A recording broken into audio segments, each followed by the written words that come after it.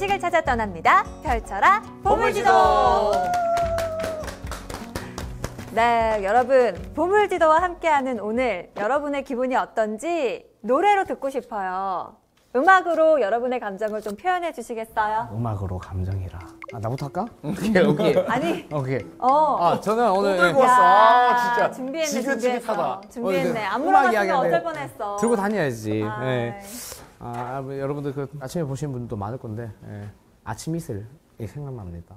긴 밤지 새우고 풀잎마다 맺힌 진주보다 더 고운 아침 이슬처럼 이런 노래가 오늘 기분은 아침 이슬 같군요. 아침 이슬 생각이 납니다. 근데 새삼 느끼는 건데 경환 씨는 우리 이제 프로그램 함께 할 때도 노래로 다 말을 하면 좋을 것 같아요. 그게 훨씬 나아요. 네. 그러니까. 말하는 것보다 이게 낫다. 이게 나아요. 노래 그것도 다시 노래로. 알겠습니다. 이렇게. 확실히 이제 노래하실 때 또 다른 모습. 우리 인욱 씨는 오늘 기분 노래로 표현해 주신다면요? 오늘 기분보다도 요즘에 우리 딸이 너무 좋아하는 노래인데 꿈이라고 태연이 리메이크한 노래. 노래도 불러야 돼요? 좀만 흥얼거려봐요. 남은 길을 찾아 여기에 이거 알아요? 조용필 꿈. 네. 근데 우리 딸은 태연의 꿈. 자, 뭐 꿈도 좋고요. 아침 이슬도 좋습니다. 과연 오늘 함께할 우리 선장님은 오늘 저희와 함께하는 이 기분을 어떻게 노래로, 음악으로 표현해 주실지도 궁금한데 바로 모셔보도록 할게요. 선장님 나와주세요.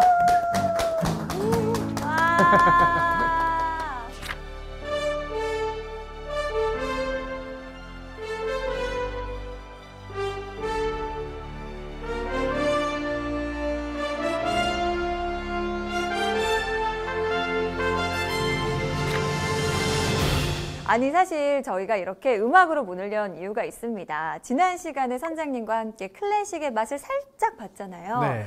그런데 왠지 또 클래식 하면 뭐 형식도 이제 알겠고 조금 어떻게 역사가 진행되는지도 알겠어 하셔도 왠지 클래식은 좀 갇혀있고 음악회에 가서 들어야 될 것 같고 왠지 좀 좋은 그런 스피커나 이런 걸 통해서 들어야 되지 않을까 약간 이런 생각을 하시는 분도 많으실 수 있거든요. 네. 그래서 오늘 선장님이 필요합니다. 도와주세요. 도와주세요. 자, 방금 이제 말씀하신 것처럼 우리가 지난 시간에는 음악이 뭔지, 우리 음악과 우리의 관계, 그렇다면 클래식은 뭔지 그래서 전반적으로 만나봤으니까 이제 본격적으로 음악을 이번 시간에 한번 준비를 해서 같이 들어보면서 저만의 플레이리스트를 여러분들이랑 좀 공유를 해볼까 합니다.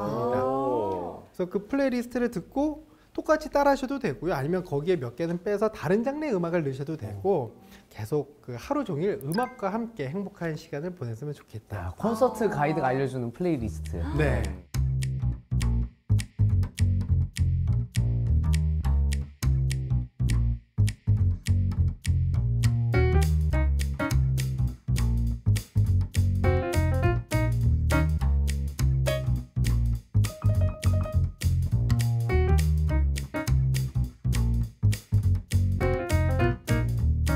우리가 클래식이 야 이거 진짜 좋은 음악이야, 진짜 멋진 음악이야 이렇게만 이야기를 해봤지 어디에 어떻게 좋다라고는 이야기를 안 한 것 같더라고요. 그래서 제 나름대로 이 클래식을 그러면 우리 일상생활 속에 어떻게 녹여내면 우리가 클래식을 편하게 친근하게 그리고 또 클래식의 도움을 받을 수 있는지 이제 설정과 플레이리스트를 만들어 봤습니다. 그럼 오늘 이제 소개를 할 건데요. 이제 본격적으로 우리가 클래식 사용법을 만나보기 전에 질문을 하나 준비했어요.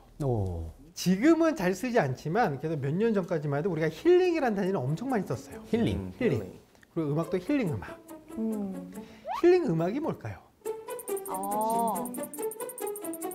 마음을 치유해주는 그런 음악? 힐링을 알기 위해서는 두 가지 개념을 분리하시면 돼요. 치료와 치유를 구분하면 돼요. 치료와 치유. 이 두 가지 차이점은 뭘까요? 치료는 남이 치료를 해줘야 되고요. 치유는 스스로 회복을 하는. 맞습니다. 근데 이게 지금 이렇게 말로 표현을 해주셔서 그렇지 아마 두 분 다 마음속으로 야 이게 치료고 이게 치유지 어느 정도의 개념은 느낌적으로 가지고 계실 거예요. 네. 근데 그걸 표현하면 바로 맞습니다. 이걸 조금만 더 정리하면 네. 치료는 남이 치료해 주는 거, 수동적인 의미예요. 아, 수동적이다. 치유는 내가 스스로 치유하는 거, 능동적인 의미입니다. 그래서 우리는 치료를 케어라고 하고요. 치유를 힐이라고 합니다. 힐. 네. 힐링은 결론적으로 우리 스스로 능동적으로 해야 되는 행위 중에 하나예요. 우리가 힐링 음악 하면 멜로디가 아름답고 정말 편안하고 이런 게 힐링 음악이라고 생각을 하는데 그렇지 않고 내가 스스로 어떤 음악이든지 그 음악에 의미 부여를 해서 스스로 듣고 스스로 그 음악에 해석을 했을 때 우리가 능동적으로 그 음악을 만났을 때 그 음악이 힐링 음악이 될 수 있습니다. 그러면 우리가 멜로디가 아름답고 아름답지 않고를 떠나서 모두 다 내가 능동적으로 들으면 힐링할 수 있는 포인트들이 많아지겠죠. 클래식도 그렇습니다. 어렵다, 뭐 나 이 음악에서 잘 모른다 이런 거 말고 나는 이 시간에 이 음악을 들으며 어떤 행위를 할 거야. 스스로 찾아 들으면 클래식도 여러분들만의 힐링 음악이 될 수 있습니다. 어떤 마음가짐으로 하냐에 따라 네. 다르겠네요. 네.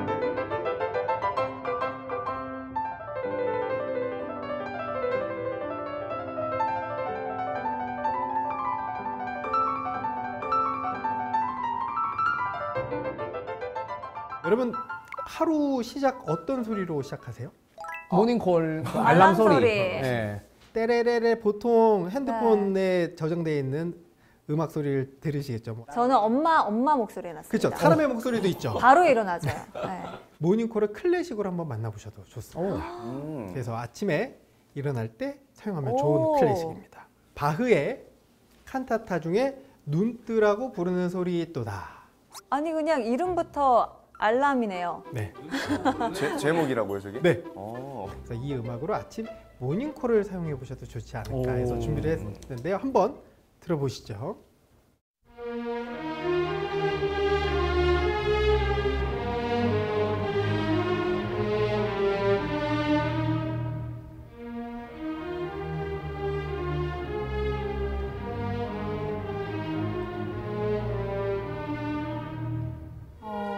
계속 눈이 안 떠져요. 근데 못 선생님 일어나. 이 정도로는 저 못 깨웁니다. 편안하던데요. 그럴 이게? 줄 알고 음악을 하나 더 준비를 좋습니다. 아니 근데 일단 굉장히 희망차고 기분 좋게 하루를 시작할 수 있을 것 같기는 하네요. 뭔가 일어난다면. 예. 근데 제가 다른 곳에 가서도 네. 여러분 아침 모닝콜로 사용하면 좋은 클래식입니다. 눈 뜨라고 부르는 소리 있도다고 음악을 재생을 하잖아요. 그러면 네. 다들 이게 된다고. 약한데. 아 이거는 내 잠을 물리칠 수 없을 이걸로 걸. 눈을 뜨라고 이렇게 의문을 가지시는데 그래서 하나 더 준비를 했습니다. 이쯤은 돼야죠. 바로 떠지죠, 이거. 야.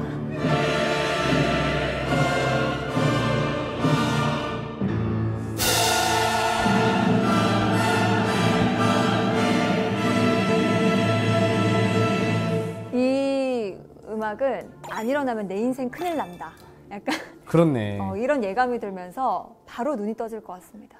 이 음악 TV에서 많이 만나보셨죠? 뭐 예능이라든지 드라마, 맞아요. 시트콤에서도 자주 사용되는 음악이에요. 네. 네, 그래서 이제 하나하나씩 좀 음악의 그 숨겨진 이야기를 전해드리면 바흐 하면 뭐가 떠오르시죠? 우리 아빠, 그렇죠. 음악의 아빠. 음악의 아버지. 이런 수식이 틀린 말은 아니에요. 어떤 이야기가 있냐면 이 세상 모든 음악이 사라진다 하더라도 바흐의 평균율 클라비오 곡집만 있으면 모두 다 재생시킬 수 있다. 이런 이야기가 있습니다. 그러니까 어떤 이 서양 음악의 근원이 된다 해서 음악의 아버지 바흐라고 표현을 하고 또 어떤 수식이 붙어야 더 잘 기억이 되잖아요. 네.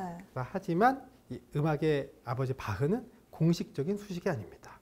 우리나라와 보통 아시아권 일본에서만 쓰고 유럽에서는 이런 표현을 쓰지 않아요.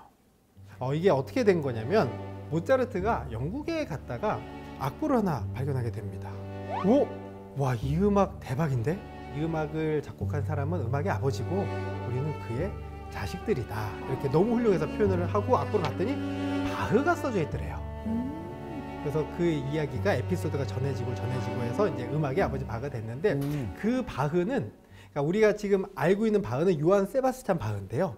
모차르트가 봤던 그 바흐는 칼 필립 임마누엘 바흐예요. 다른 바흐예요? 아들이에요. 아. 우리가 음악의 아버지 생각을 하면 정말 그 당시 부와 명예 모든 것을 다 누렸을 것 같지만 전혀 그렇지 않았어요. 굉장히 생계형 음악가였습니다. 자식이 되게 많았다고. 자식도 많았고요. 그리고 또 대가족의 생계를 책임지기 위한 생계형 음악가였어요. 오히려 그 명성은 아들들이 더 많았습니다. 그리고 바흐가 재발견된 게 사후 100년 뒤에 100년이나 걸렸구나. 이 멘델스존이라는 음악가가 네. 이 바흐를 재발견하게 됩니다. 그러면서 그때부터 바흐의 재발견 운동이 일어나요. 네. 그래서 우리가 생각하는 바흐는 부와 명예를 누리지도 못하고 정말 그 생계형, 하루하루 치열하게 삶을 살아갔던 음악가가 바흐거든요. 그래서 이 바흐 하면 음악의 아버지가 이제 인식이 됐잖아요. 그래서 네. 한 글자만 좀 바꾸면 바흐를 조금 더 정확하게 우리가 만들 수 있지 않을까. 사람 인자를 써서 음악인 아버지 바흐. 음악인 아버지. 네, 음악을 했던 아버지였다. 한 글자만 바꿨는데 갑자기 좀 짠해지네요. 그쵸? 짠해진다 진짜. 우리 지난 시간에 커피 칸타타 이야기했죠. 네. 네. 그리고 맨 처음 건물 봤죠. 네. 그래서 그 도시 라이프치히의 음악 감독으로 가게 돼요. 오. 근데 그 음악 감독도 막 스카우트 돼서 모신 게 아니에요. 음악 감독 자리가 났다 그래서 지원을 합니다. 원서 쓰고. 네, 원서 쓰고. 시험 보고. 네. 근데 3순위였어요. 어. 첫 번째는 텔레만이라는 사람이 있었는데 그 당시 굉장히 또 가장 유명했던 사람이에요. 근데 그 사람이 함부르크의 칸토르라고 하는 음악 감독직에 있다가 연봉 협상 시기가 다가와서 유리한 고지를 취하려고 나 라이프치히 거기 지원할 건데 이렇게 해서 지원을 하게 된 거고, 그래서 맨 처음에 라이프치히에서 무조건 그 텔레만이라는 사람을 뽑고 싶었는데 연봉 협상이 잘 돼서 가게 됩니다. 그리고 이제 두 번째 순위였던 음악가를 뽑으려고 했는데 그 음악가는 이전에 궁정음악가였는데 그 궁정의 백작이 노를 해서 넘어오지 못하게 됩니다. 그러면서 그때 기록에 보면 우리는 그냥 그저 그런 음악가로 타협을 봐야겠지요 하면서 뽑은 게 바로 바흐. 그저 그런 음악가가 바흐라고요? 그러니까 차선책이었네요. 네. 차차선책이었습니다. 네, 차차선. 아이고. 그러니까 당시에는 인정을 받았던 음악가도 아니고요. 그러니까 굉장히 생계를 위해서. 그래서 그때 역할이 뭐였냐면요. 라이프치 대형 교회 4개 매주 예배 음악을 작곡해야 됐어요. 1년이 몇 주죠? 52주? 52주. 200곡을 썼어야 됩니다. 그리고 바흐 선생 우리 뭐 문화 행사 하는데 곡 좀 작곡해줘. 그것도 작곡하고 장례식, 그리고 저녁에는 아이들에게 라틴어도 수업을 했었어야 됐어요. 와. 굉장히 치열하게 삶을 살았던 사람이 바흐입니다. 그래서 제자가 물어봤대요. 아니 선생님은 어떻게 하면 이렇게 다작임에도 불구하고 훌륭한 음악들을 안 겹치고 만들어낼 수 있나요? 물어봤더니 바흐가 누구나 나처럼 열심히 살면 다 이렇게 할 수 있다. 공부가 제일 얘기했다고 쉬웠어요. 합니다. 약간 이런 건. 근데 굉장히 이런 그 치열하게 살았던 사람이 바로 바흐입니다. 아니 바흐가 음악의 아버지라고 불린 이유가 우리네 아버지처럼 일을 열심히 해서 너무나도 열심히 한 나머지 음악의 아버지로 불렸을 수도 있겠다라는 생각이 순간 들었어요. 네, 맞습니다. 네. 그래서 우리가 지금 이 시간부터 바흐의 음악을 만나면 음악의 아버지, 거장, 위인보다도 그 몇백 년 전에 굉장히 치열하게 삶을 살았던 음악인 바흐가 현재 치열하게 삶을 살아가고 있는 우리들을 위해 보내는 음악, 이렇게 좀 의미 부여를 해보면 바흐의 음악들이 어렵다보다도 약간 마음으로 만날 수 있는 좀 더 짠하게 네, 다가오네요. 맞습니다. 그런 계기가 있습니다.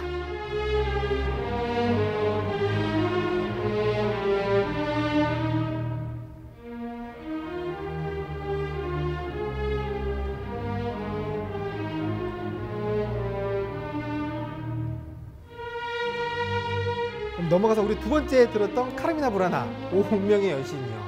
이 음악 너무 유명하죠. 네. 근데 이 음악이 진짜 재밌는 음악이에요. 이 카르미나는 노래란 뜻이고요.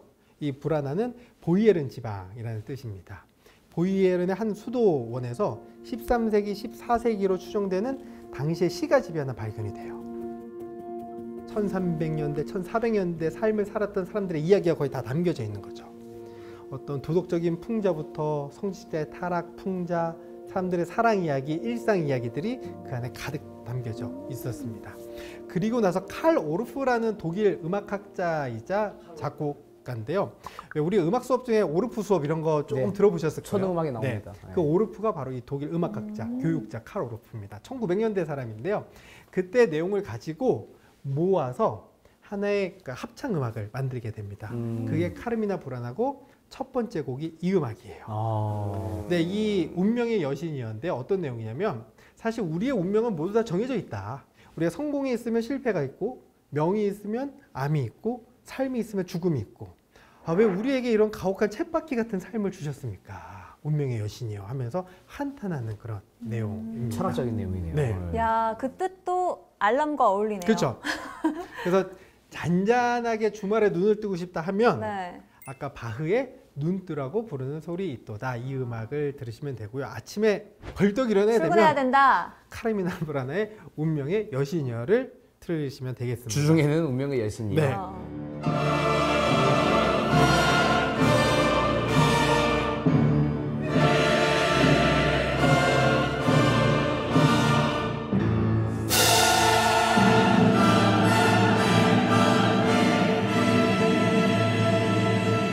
여러분 아침 눈 뜨시면 어디 가장 먼저 가시나요? 화장실. 요한 스트라우스 2세 천둥과 번개 폴카인데요. 폴카. 다른 이유는 없습니다. 우리 아침에 화장실에서 중요한 일을 해결할 때 네. 천둥과 번개 소리가 난다는 거는 우르릉쾅쾅. 일이 수월하게 진행되는 그럼요. 뜻이 아닐까 아. 해서 준비를 했습니다. 바바바박.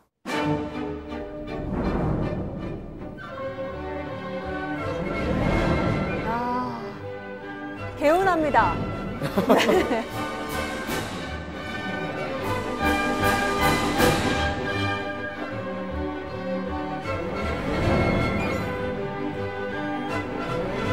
이 음악이 한 3분 정도 되는 굉장히 그 짧고 빠른 그 폴카 음악인데요. 3분 하면 내가 활용하는 시간과는 조금 다른데 짧을 수도 있잖아요, 시간이.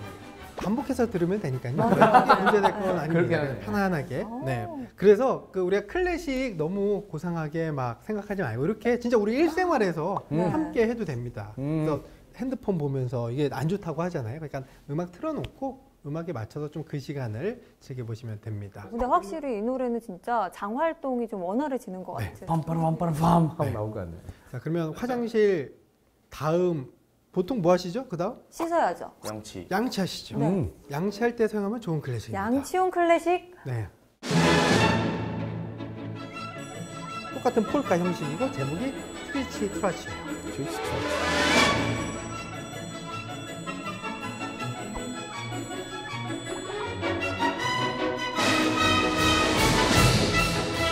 뭔가 라임이 맞죠? 우리가 아이들 있는 집안에서는 치카치카 해야지. 트리스트라치. 네, 양치해야지. 근데 실제로 트리치트라치는 독일어로 그 아낙네들이 막 수다 떠는 것을 트리치트라치라고 합니다. 네. 근데 이 음악이 양치에 잘 어울리는 이유는 뭐냐면요. 연주 시간이 2분 50초예요. 우리 치과 의사 선생님이 몇 분을 권장하죠? 3분.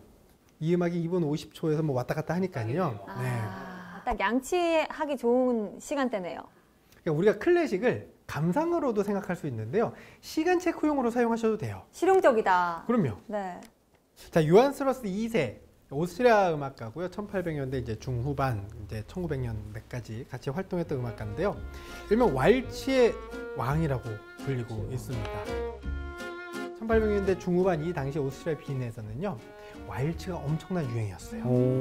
그리고 당시 어떤 국제적인 정세 때문에 이런 그 춤곡들이 오스트리아 빈의 시민들의 마음을 위로해 주기도 했고요. 실제 프랑스 한 기자의 이야기에 따르면 이 도시는 왈츠에 미친 도시였다. 그 왈츠의 음악 90%를 요한 스트라우스 2세가 공급을 했다고 생각을 하면 어마어마한 그 당시에 부와 명예를 누리기도 했을 거고 상징성이 있었을 거고 우리 도시에 만약 클럽이 무도회장이 10개가 있어요.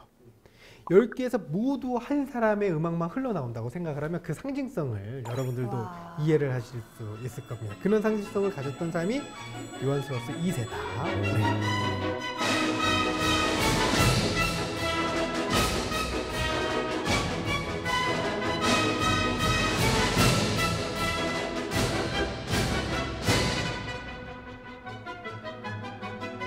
아침에 화장실에서 다 준비를 하셨으니 이제 아침 식사하셔야죠. 밥 먹어야지, 밥 먹어야지. 배고파요. 슈만의 헌정이라는 음악을 준비를 했어요. 헌정. 아침 식사를 위해서 헌정했다. 네.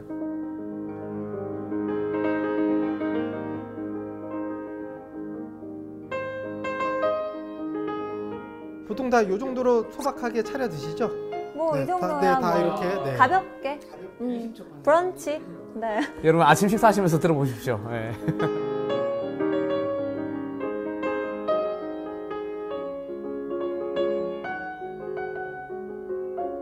우리가 클래식과 친하고 음악가들을 막 만나다 보면 한 커플을 만나게 돼요. 바로 슈만과 클라라. 클라라. 슈만과 클라라는 정말 그 인고 부부였고 커플 중에 가장 유명한 커플이기도 합니다. 근데 그 둘에게는 또 러브 스토리가 있어요. 먼저 클라라를 설명드리면 클라라는 어린 10대 시절부터 전도 유명한 피아니스트, 여성 피아니스트였습니다. 그리고 아름다웠고요. 굉장히 또 현명했고요. 연주도 잘하고요. 이대로만 커서 성인이 되면 정말 좋은 곳에 시집도 가고 자기 음악 활동하면서 아주 멋지게 여생을 살아갈 수 있는 여성이었습니다. 1등 신부감이네. 네. 그리고 이 클라의 아버지는 비첨이라는 사람이었어요. 피아노 선생님이었습니다. 근데 이 비첨에게는 참 가슴 아픈 제자가 한 명 있어요. 바로 슈만입니다. 얘가 성실해. 뭔가 음악적 욕심도 있고 야욕도 있고 약간 실력은 부족하지만 그래도 열심히 하면 멋지게 성공할 수 있다고 생각을 했는데 어느 날 손가락을 부상당하게 됩니다. 아이쿠. 그러니까 너무나 좀 잘 치고 싶은 마음에 하드한 트레이닝을 하다가 손가락 부상을 일으키게 무리했네요. 돼요. 네. 그러면서 피아니스트로서의 생명이 불투명하게 아이고. 됩니다. 좀 가슴 아픈 제자죠. 그러던 어느 날 슈만과 클라라가 손을 잡고 아버지 앞에 나타납니다. 야. 우리 사귀어요. 야. 결혼할 거예요. 아빠 입장은 어땠을까요? 절대 안 돼. 그 마음 아픈 제자와 지금 내 딸을 가져가겠다는 사람이랑은 완전히 다른 거거든요. 지금 그렇죠. 포지션이. 네. 그리고 아버지 입장에서는 딸이 굉장히 완벽한데. 음악가로서 장래가 창창할 것 같은데 네. 약간은 너무 아까워했을 것 같아요. 당연하죠. 네. 누가 보더라도. 그래서 결혼을 반대하고 소송을 걸게 돼요. 결혼 반대 소송을. 근데 결국에는 이제 아버지가 거기서 지게 됩니다. 그리고 나서 슈만과 클라라가 결혼하게 돼요. 슈만은 너무나 감사하잖아요. 네. 내일이면 자신의 신부가 될 클라라를 위해서 작은 연가곡집을 하나 작곡해서 선물을 합니다. 로맨틱해라. 그 연가곡집의 1번이 헌정이에요. 많은 음악가들이 야 이거 멜로디 너무 좋은데? 하면서 각자의 악기로 편곡하기 시작합니다. 그리고 이 당시에 이제 리스트라는 피아니스트가 있었는데요. 리스트가 이 음악을 듣고 야 이거 피아노 버전으로 연주하면 너무 좋겠다. 그래서 피아노 버전으로 만들었는데 오늘 제가 준비한 버전은 바로 이 피아노 버전입니다. 리스트 버전. 우리가 헌정하면 누군가에게 거대한 뭐 어떤 거대한 걸 준다고 생각을 하는데 잘 생각해 보면 요리도 하나의 헌정이에요. 그럼요. 나를 위한 가족을 위한 그러니까 이 시간에 이 음악을 들어보시면 좋을 것 같습니다.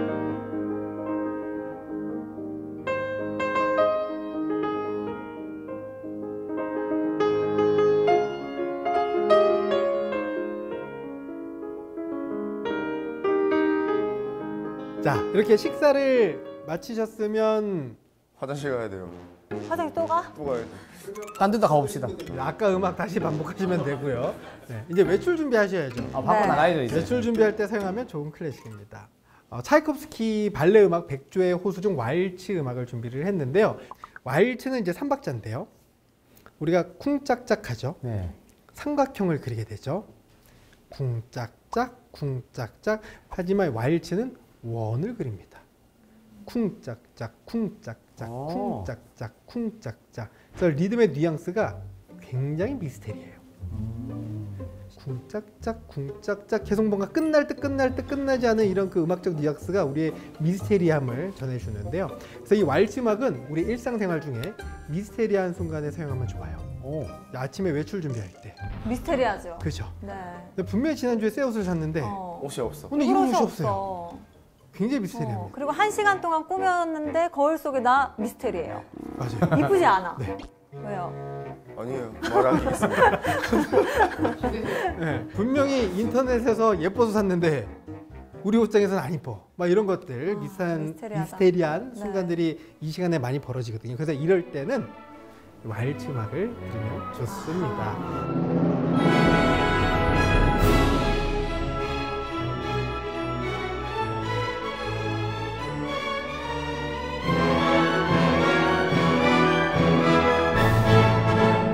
다른 장르에서 느낄 수 없는 우아함과 고급스러움과 화려함과 다양한 우리가 원하는 요소들이 많이 있잖아요. 차이콥스키의 능력은 바로 이런 거였습니다. 멜로디를 만들어내는 능력이 정말 탁월했대요. 먼저 우리가 이 차이콥스키에 대해서 알 필요가 있는데 굉장히 멋진 사람이었대요. 옷도 굉장히 세련되게 입고 깔끔하게 입고 언어에는 위트가 넘쳤고요. 항상 이 촉촉한 눈가를 가진 사람이었다고 합니다. 하지만 혼자 있는 공간에서는 항상 불안을 달고 살았던 사람이었습니다. 왜냐하면 동성애자였어요. 당시에는 더 보수적이고 그런 거에 대해서 죄악시하던 시절이었으니까 알려질까봐 항상 전전긍긍했던 사람이에요. 커밍아웃 못하고. 네. 그러니까 결국에는 자기를 정말 잘 감출 줄 알았던 사람인 겁니다. 그래서 이 두 가지 성향이 음악에서 그대로 드러나는데요. 발레 음악은 기능성 음악이에요. 자신의 어떤 음악적 철학을 담는 것이 아닌 발레 반주 음악이기 때문에 용도가 있으니까. 네. 풍경, 스토리, 그 안에 뭐 이미지들 그런 걸 담아야 되는 겉으로 표현하는 꾸미는 음악이기 때문에 이런 기가 막힌 멜로디를 만들게 됩니다. 대표적으로 호두까기 인형 있죠. 12월이 되면 많이 열리는데 호두까기 인형 나중에 한번 꼭 보시길 추천드립니다. 1부터 10끝까지 음악 자체가 지루한 게 하나도 없어요. 그러니까 발레 자체는 좀 어렵다 싶어도 음악 자체는 처음부터 끝까지 정말 그 예쁜 음악, 반짝반짝거리고 우아하고 그런 음악들로 구성되어 있어요. 버릴 게 없다. 네. 그래서 차이콥스키는 또 유명하잖아요. 그냥 우리가 클래식을 잘 모른다 그래도 차이콥스키 같은 경우는 뭐 그래도 한 번쯤 들어보셨으니까 맞아요. 그 사람은 그런 이미지를 갖고 있었고 한 번씩 음악을 통해서 만나보면 된다.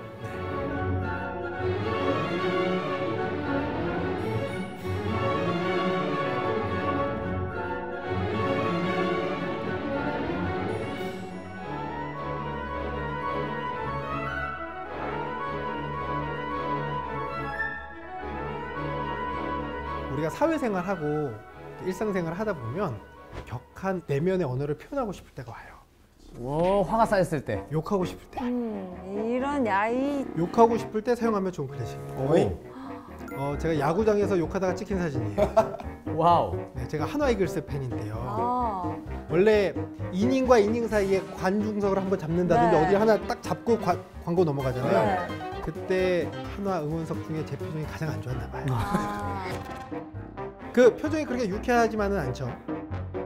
우리가 사회생활을 하다 보면 격한 언어를 좀 토로하고 싶을 때가 와요. 이때 클래식을 사용하셔도 됩니다. 핸델의 시바 여왕의 도착이에요. 제목부터 와닿네요. 제가 뭐 강조하고 싶어서 한 게 아니고요. 그 스펠링도 그렇고요. 여왕 이름이 시바라서 어쩔 수가 없어요. 네. 그러니까 물론 우리가 타인을 향해서 비방할 목적으로 이런 욕을 하는 거는 안 좋습니다. 그건 하는 거 아닌데 우리의 그 감정을 언어화시키는 것도 우리 감정을 해소하는 방법 중에 하나래요. 야구 선수분들도 화면에 많이 잡히시잖아요. 저희는 많이 굽죠. 근데 그게 이제 누구를 향한 비방이 아니잖아요. 그냥 스스로의 어떤 에이. 결과물이 안 좋았을 때 그 감정을 토로하는 거니까 그런 거라고 생각을 하시면 돼. 그걸 좀 우아하게 바꿔보면 되죠. 에이, 핸델의 시바 여왕이야 도창이나 들어야겠다. 예. 좋다. 무섭다. 조금 화가 났을 때, 그리고 내가 너무 분풀이를 하고 싶은데 욕은 할 수 없을 때. 그럼요. 뭐 팀장님, 우리 시바 여왕의 도착 들을까요? 뭐 이런 식으로 의견 표현을 할 수 있잖아요. 그쵸? 저 잠시 시바 여왕의 도착을 듣고 오겠습니다. 뭐 이렇게 의견 표현을 하는 것도 좋지 않습니까? 해소해야 됩니다. 네. 근데 음악은 굉장히 밝아요. 한번 들어보시겠어요?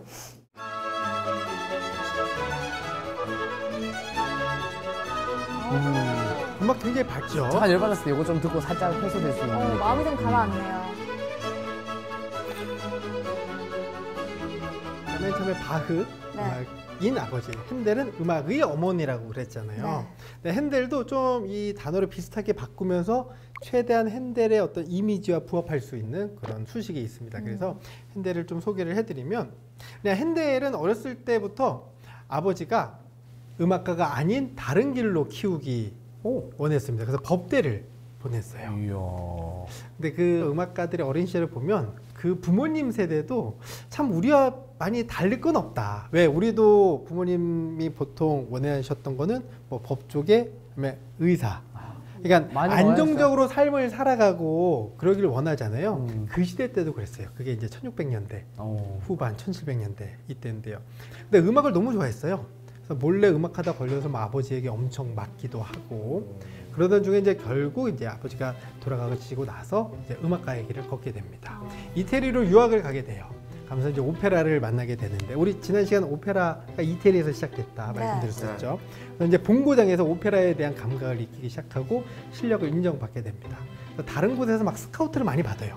우리 쪽에 오면 훨씬 더 잘해줄게. 그러면서 이제 독일 궁정음악가도 가고 이제 결국에는 이제 여러 우여곡절이 있었지만 결국에는 영국의 왕실의 총애를 받으면서 영국 왕실 작곡가로 가게 됩니다. 잘 들어갔네. 돈도 많이 받았겠죠. 네. 그리고 왕실 행사 대규모 음악들도 그 사용을 하면서 그리고 그 영국을 위한 영어를 사용한 오페라를 작곡하게 됩니다.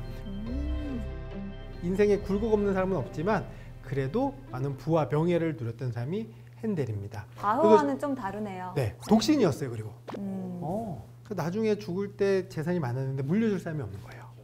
그래서 많은 음악단체에 기부를 좀 했다고 해요. 이야. 어려운 음악가들을 위해서 좀 도움을 줬기 때문에 음악가들의 어머니 이렇게 표현을 하면 조금 더 핸델의 어떤 활동을 더 포괄할 수 있는 표현이 되지 않을까 이렇게 준비를 해봤습니다. 그래서 음악의 아버지 바흐, 음악의 어머니 핸델 말고 조금만 더 세련되게 음악인 아버지 바흐, 음악인들의 음악인들의 어머니. 핸델. 이렇게 생각하시면 되겠습니다.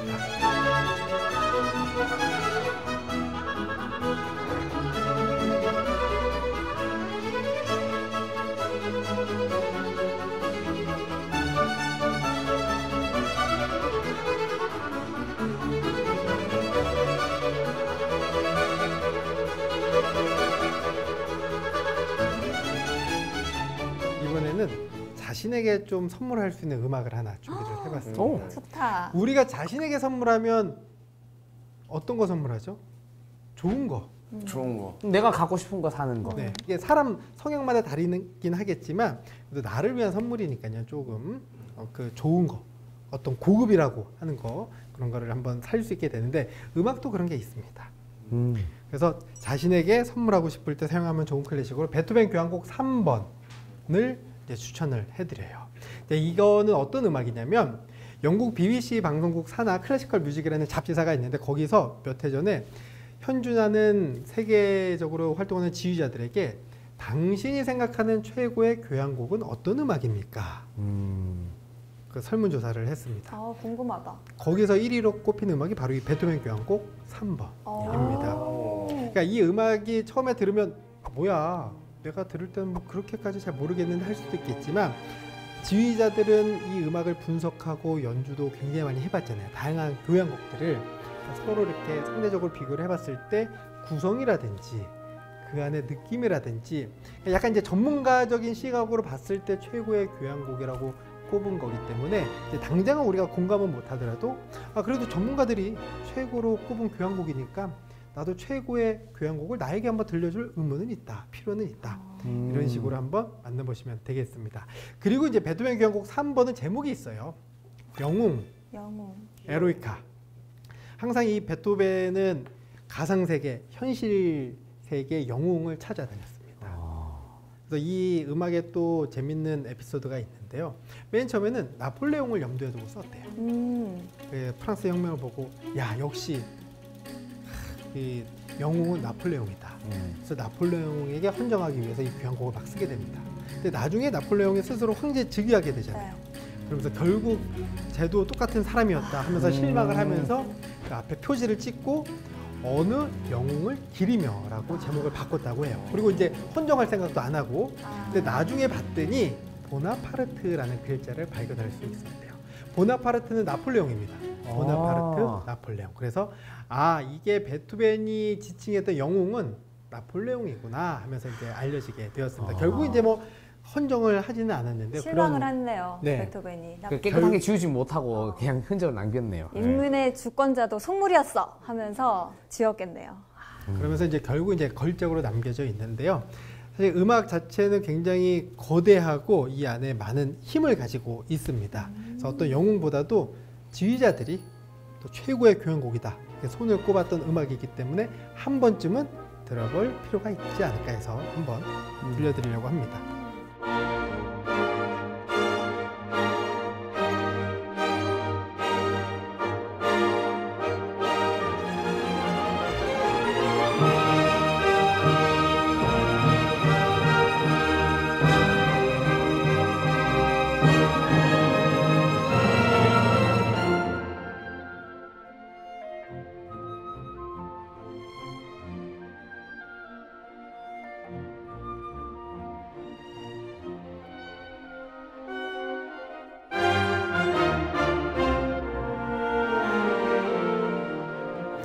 다음 우리 반신욕 할 때 사용하면 좋은 클래식을 하나 준비했습니다. 반신욕. 반신욕. 우리 가요들은 다 비트가 들어가 있어요.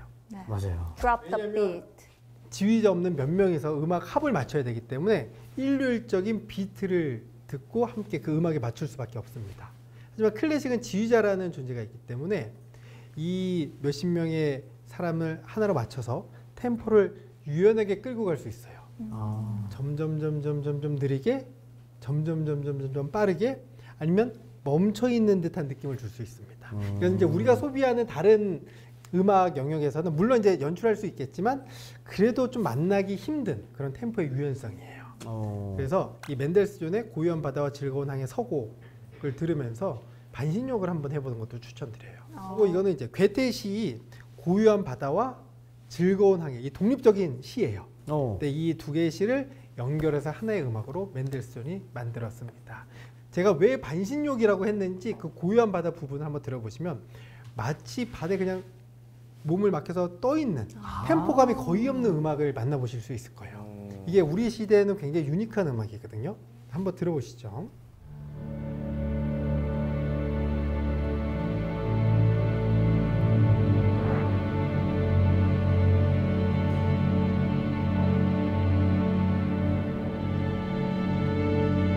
보물지대에 어울리는 노래 같아요.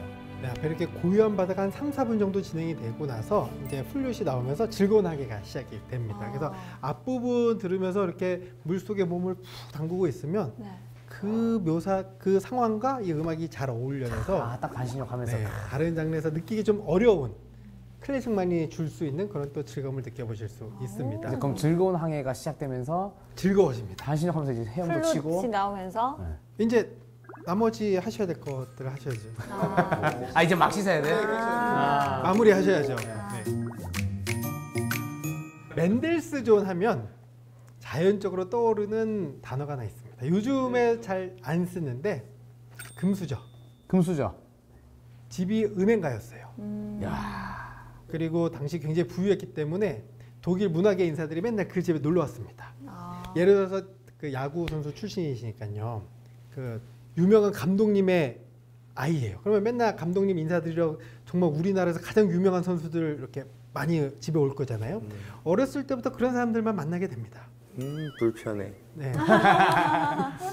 하지만 또 남들이 가질 수 없는 이득도 가질 수 있잖아요. 그럴 수 있죠. 네. 네. 그렇게 그 음악 활동을 한 게 바로 맨델스존입니다. 야, 그래서 맨델스존 같은 경우에 아까 바흐의 재발견이라고 말씀드렸죠.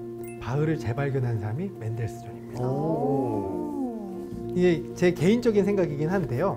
맨델스존이 부유하잖아요. 그럼 마음도 굉장히 넓었을 거거든요. 자격지심, 뭐 부러운 거 하나 없는 정말 마음의 여유가 있는. 교육도 잘 받고요.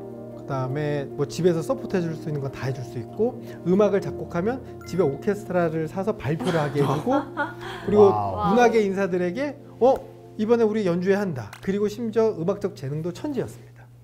우리가 천재하면 모차르트 생각하잖아요. 네. 모차르트도 천재가 맞고요.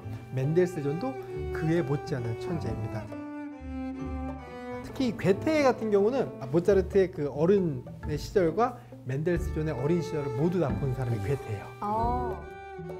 그래서 괴테의 말에 빌리자면 맨델스존이 더 뛰어난 천재다.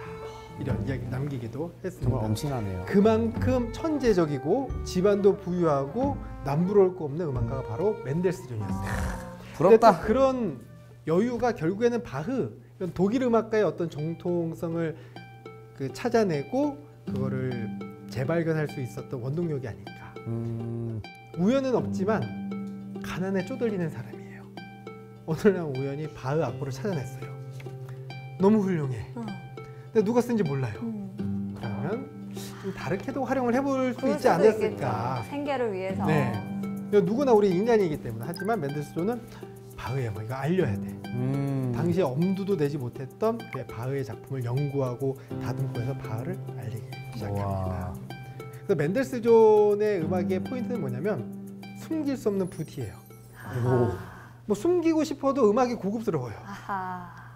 약간 과격하고 어두운 장면인데도 그냥 고급스러워요. 그러니까 이게 약간의 이제 맨델스존 음악의 그 분위기다. 숨길 수 없는 붓이. 티가 난다.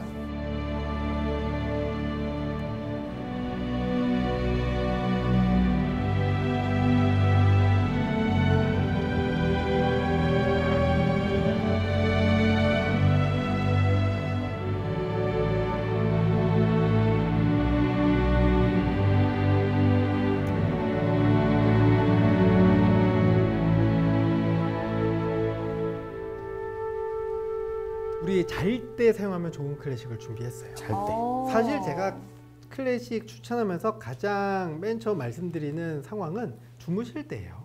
잠잘 때 사용하면 좋은 클래식. 그래서 드보르작의 현을 위한 세레나데. 드보르작은 동유럽 체코 출신의 음악가입니다. 세레나데는 원래 성악으로 시작했지만 나중에 점차 시대가 흐르면서 악기 음악으로 넘어오면서 의미가 조금씩 변한 하나의 장르입니다. 세레나데 하면 뭐 생각나시죠? 사랑의 노래. 그렇죠. 네, 남자가 여자 집 앞에서 부르는 네. 세레나데. 창문을 열어 닫고 네. 로미오와 줄리엣 그런 게 이미지가 있죠. 생각나네요. 근데 이 세레나데가 노래였다가 이 밤의 음악이라는 뜻이거든요. 근데 노래로 밤에 할 수 있는 거는 사랑을 속삭이는 게 주가 될 수밖에 없어요. 그러면서 악기 음악으로 넘어오게 됩니다. 악기 음악이 밤에 연주하는 이유 목적은 뭐가 있을까요? 여흥, 행사, 연회. 결국에는 우리의 귀를 즐겁게 해주는 음악. 그러니까 성악은 사랑을 속삭이는 노래지만 악기로 왔을 때는 우리의 귀를 즐겁게 해주는 하나의 음악이 되었다. 그래서 세레나데라는 제목이 들어가면 웬만하면 저녁에 들으시기 좋으실 겁니다. 그래서 앞에 잠깐 들려드릴게요.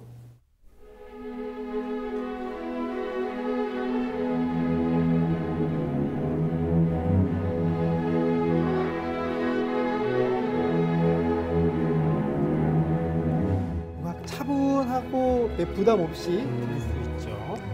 자, 이렇게 자려고 누워서 클래식을 한 곡 들었는데 잠이 안 와요. 왜 잠이 안 오지? 내일 일찍 일어나야 되는데. 불면증. 불면증은 아니겠지만 자꾸 왜 잠이 안 오지? 잠이 안 올 때. 아까는 잠잘 때 사용하면 좋은 클래식이었고요. 지금은 잠이 안 올 때 사용하면 좋은 클래식입니다. 자장가. 바흐의 골드베르크 변주곡이에요. 골든베르크 변주곡. 변주곡이요. 변주곡은 뭐냐면 말 그대로 하나의 테마 음악을 이렇게도 연주해보고 저렇게도 연주해보고 슬프게도 연주해보고 빠르게도 연주해보고 다양하게 변주해서 연주하는 걸 변주곡이라고 합니다. 사실 클래식 형식 양식 용어들이 암호는 아니에요. 우리가 잘 안 써서 우리에게 낯선 단어여서 어색한 것 뿐이지 그 뜻은 뭐 없습니다. 변주곡은 변주하는 걸 변주곡이라고 합니다. 이 음악이 왜 좋냐면요. 일단 앞부분을 좀 전해드릴게요.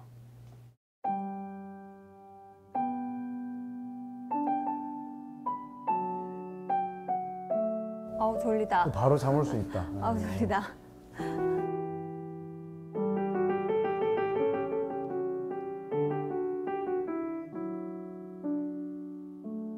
네, 뭐 끝까지는 아니지만 이런 식의 멜로디가 다양한 변주를 통해서 50분 거의 1시간 동안 진행이 됩니다. 기네요. 네. 딱 그래서 이 음악을 듣고도 잠이 안 드셨다면 그때는 이제 병원 가셔서 정확한 진단을 얻어보시면 되겠습니다. 근데 이 음악은 그러니까 제가 오늘 클래식 사용법을 계속 전해드리면서 우리가 음악이 작곡된 목적, 배경을 다 배제하고 현대 사회에서 우리가 듣고 싶은 대로 우리가 설정하고 싶은 대로 이렇게 설정하고 듣는 방법을 알려드렸잖아요. 네. 이 음악은 작곡 의도대로 들으시면 돼요. 그냥 자면 되네요. 바흐가 불면증을 위해 작곡한 음악입니다. 정말 처음부터 목적이 명확했네요, 그러면. 그 바흐가 아까 라이프치히에서 활동했던 시기에 러시아 대사였던 카이저링크 백작이라는 사람이 러시아 대사로 있었습니다. 근데 불면증을 앓았어요. 그래서 어떤 방법을 썼냐면 하나 건반 연주회를 고용해서 옆방에서 연주를 시켜요. 내가 잠들 때까지 넌 연주를 하거라. 와. 그 사실을 바흐에게 이야기하고 바흐가 그 연주자를 위한 음악을 작곡합니다. 그 연주자 이름이 골드베르크예요. 골드베르크. 아, 그래서 골든베르크. 네. 아, 약간 너튜브 연속 재생이네요. 네, 그쵸. 그 표현 좋은데요. 바로크 시대의 유튜브 연속 재생. 네. 네.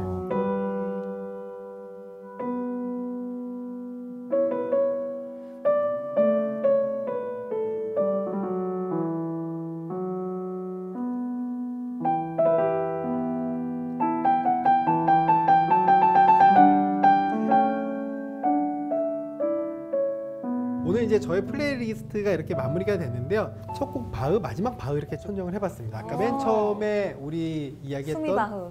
네. 스미바흐. 음악인 아버지 바흐. 네. 몇백 년 전 치열하게 삶을 살았던 음악인 바흐가 현재 치열하게 삶을 살아가는 우리들에게 보내는 음악. 좀 이렇게 의미를 부여해보면 바흐의 음악들도 좋을 것 같고요. 그리고 클래식 음악가들이 거의 다 그렇게 살아생전에 부와 명예를 누렸던 사람이 몇 없어요.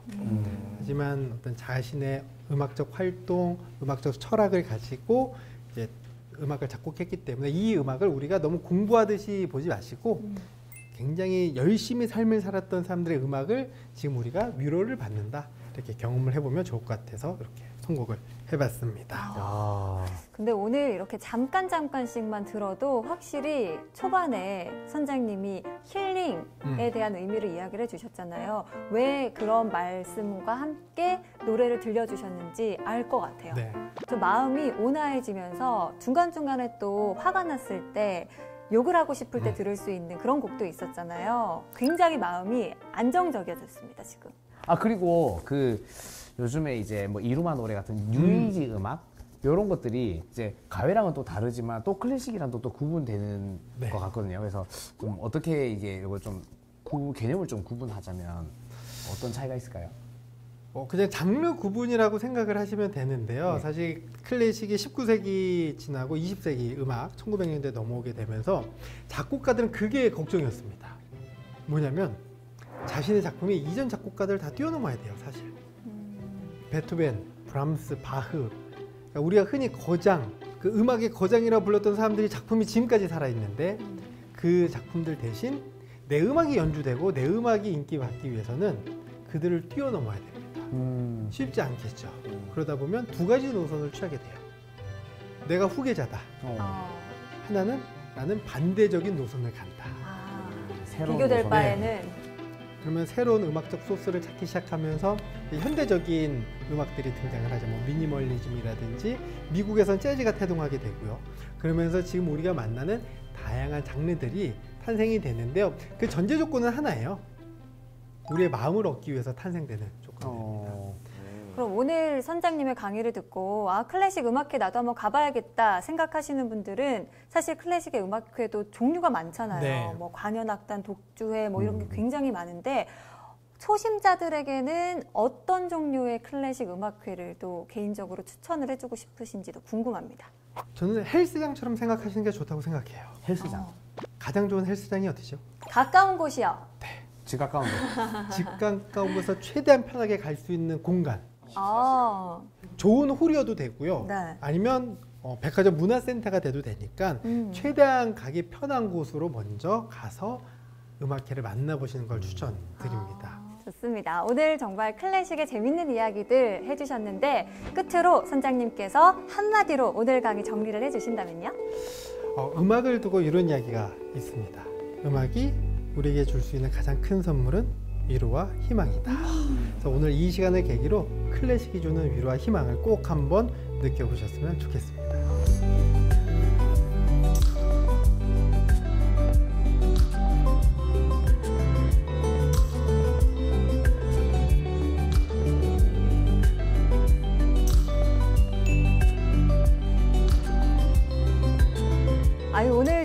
선장님과 지난 시간에 이어서 2주 연속 클래식 이야기를 나눠봤는데 확실히 이번 시간을 통해서 클래식 너무 먼 음악은 아니구나 느낄 수가 있었습니다. 인욱 씨도 좀 가까워지는 계기 되지 않았나요? 카테고리를 잡아주고 이게 어떤 이럴 때 듣는 노래 이렇게 해주니까 좀 더 가까워지는 것 같긴 해요. 네. 앞으로 클래식 좀 자주 들을 의향 있으십니까? 근데 저는 잘 때는 항상 좀 약간 클래식은 아니고 피아노 연주곡을 들으면서 자는 편이거든요. 잠이 잘 안 와. 음이 좀 가까이 있었네. 근데 아까 확실한 거는 네. 화장실 갈 때 노래는 꼭 한번 들어보고 싶어요. 확실히 배변 활동이 잘 될 잘 될 것 같아요. 알겠습니다. 저는 이제 좀 실용음악을 더 이제 선호하는 사람 중에 하나였지만 오늘 알려주신 그 클래식 활용법 아침부터 밤까지 하루 정도는 이렇게 한번 해봐도 정말 재밌을 것 같다는 생각이 했거든요. 그래서 여러분들 한 번 정도는 꼭 해보시기 바랍니다. 진짜 재밌을 것 같아요. 네. 세익스피어는 이런 말을 했습니다. 음악은 사랑을 가져다주는 기분 좋은 음식이다. 여러분도 오늘부터는 이 클래식이라는 맛있는 반찬 여러분의 밥상에 추가해보시는 건 어떨까 싶습니다. 오늘도 이렇게 보물지도 마무리를 해보면서 함께 외쳐볼까요? 다음 주에도 계속됩니다. 찾아라 보물지도!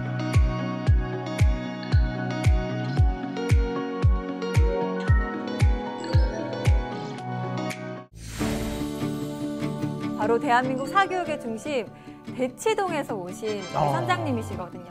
저는 좋은 학교를 나왔고 공부를 열심히 했고 잘하고 싶었습니다. 결국 제가 내렸던 결론은 작은 습관의 성공으로 시간의 벽을 만들어야 된다고 생각을 합니다. 그럼 도대체 수학은 어떻게 공부를 해야 될까요? 개념 노트를 만드는 꿀팁을 하나 알려드릴게요. 탑 시크릿. 네, 제가 이 얘기를 했더니 서울대학교 건축학과 나왔던 제 조교가 선생님 저도 그런 거 있어요 하고 갖고 오더니 펴는 거예요. 어느 정도 경지에 오른 친구들은 압니다.